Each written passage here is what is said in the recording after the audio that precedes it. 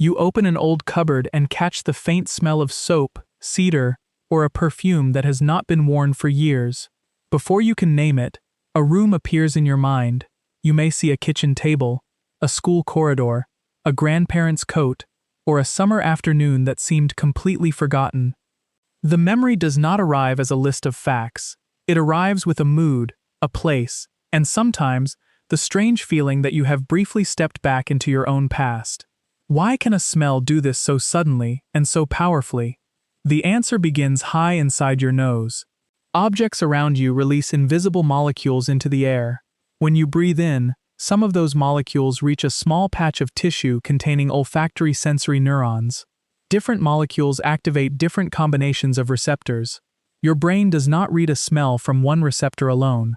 It interprets a pattern, rather like recognizing a familiar melody from the relationship among many notes.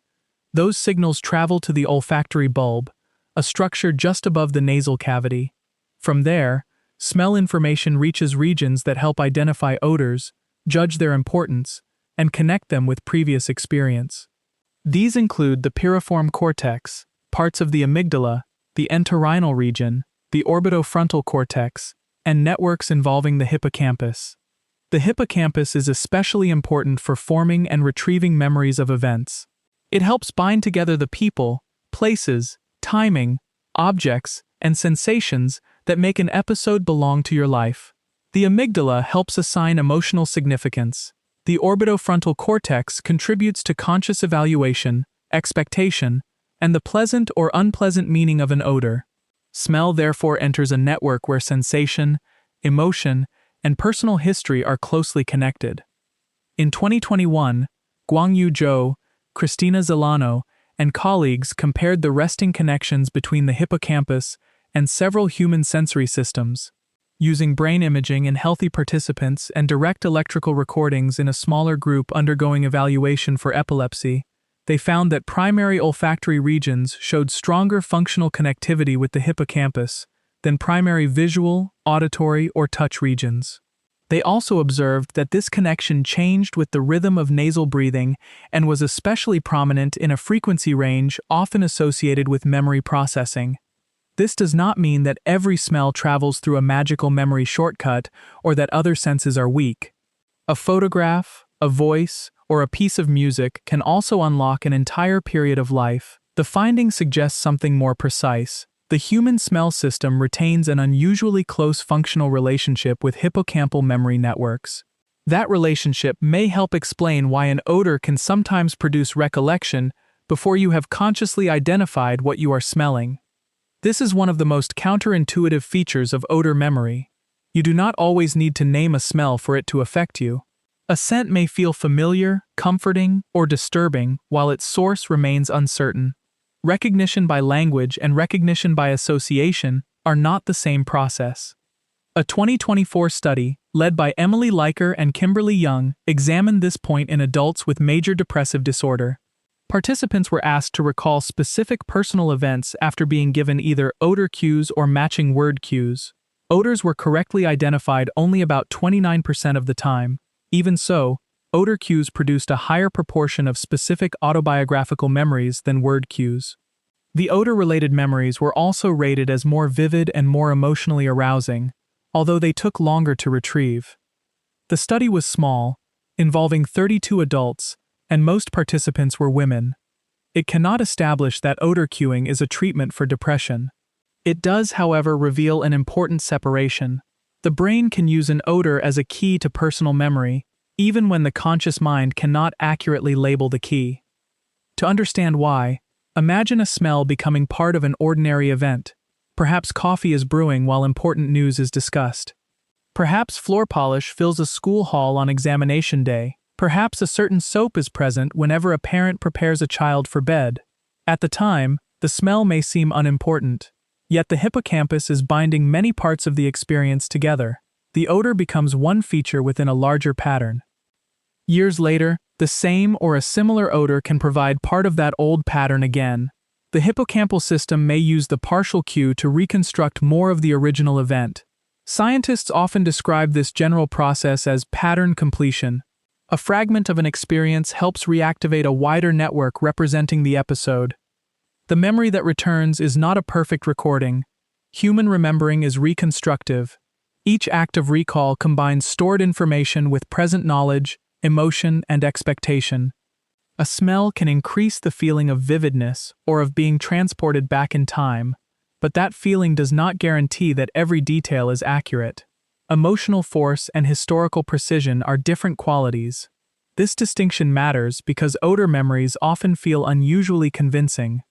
In a foundational naturalistic study, Rachel Herds and Jonathan Schooler found that odor cues made people feel more strongly brought back to an original event than visual versions of the same cues.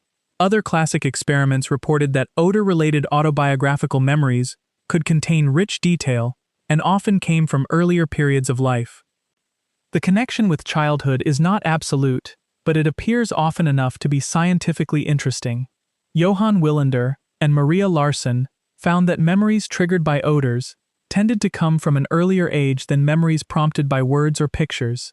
One possible reason is that many distinctive household smells are encountered repeatedly during childhood, when routines, people, and places are forming a large part of personal identity.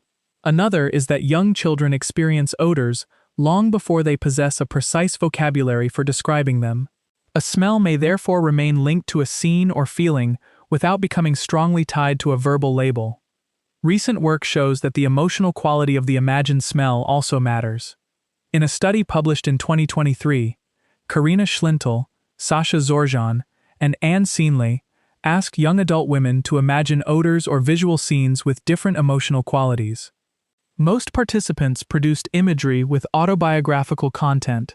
Pleasant odor imagery was particularly associated with childhood memories, while unpleasant odor imagery more often brought back experiences from adulthood.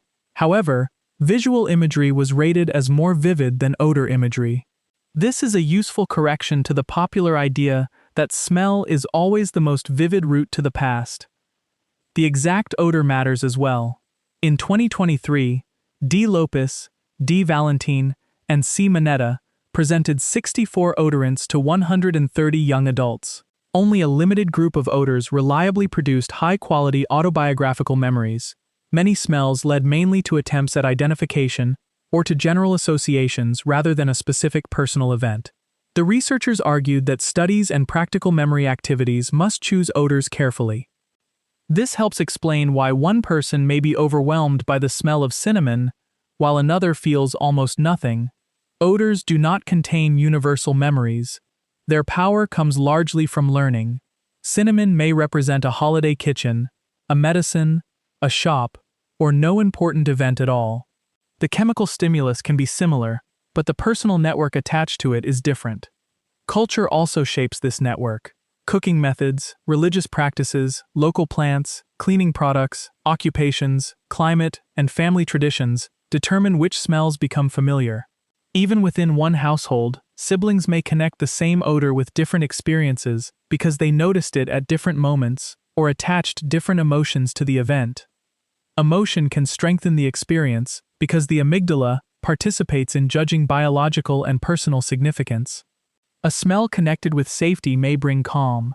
A smell linked with illness, fire, conflict, or loss may produce discomfort before a clear memory appears.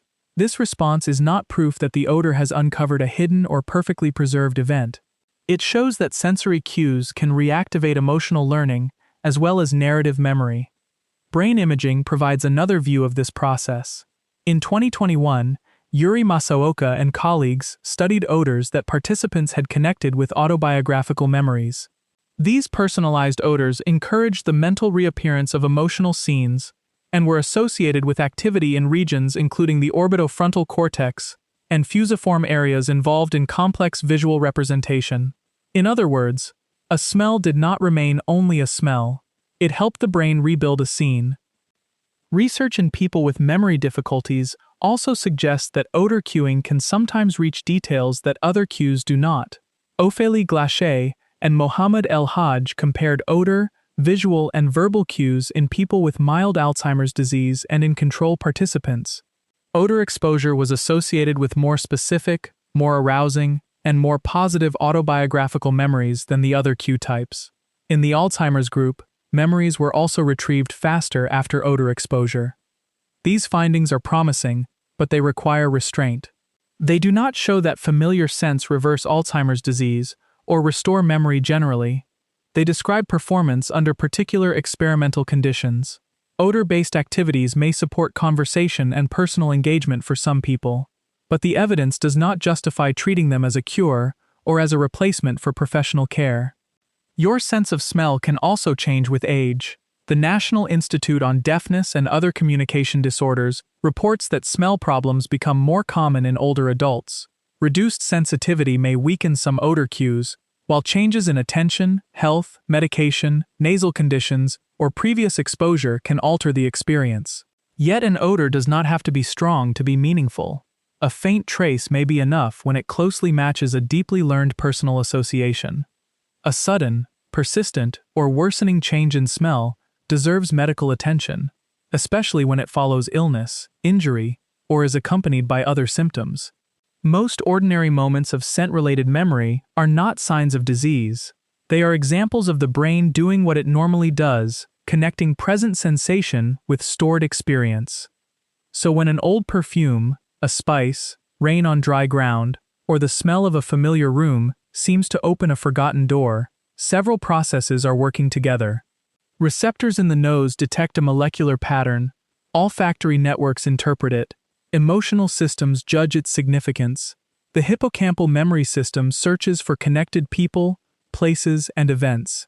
The brain then reconstructs a scene that may feel immediate, even though it belongs to decades ago. The smell did not contain the memory. It matched part of the pattern through which the memory had been stored and repeatedly understood. That is why the same odor can be meaningless to one person and unforgettable to another. A scent becomes powerful not simply because of its chemistry, but because of the life that happened around it.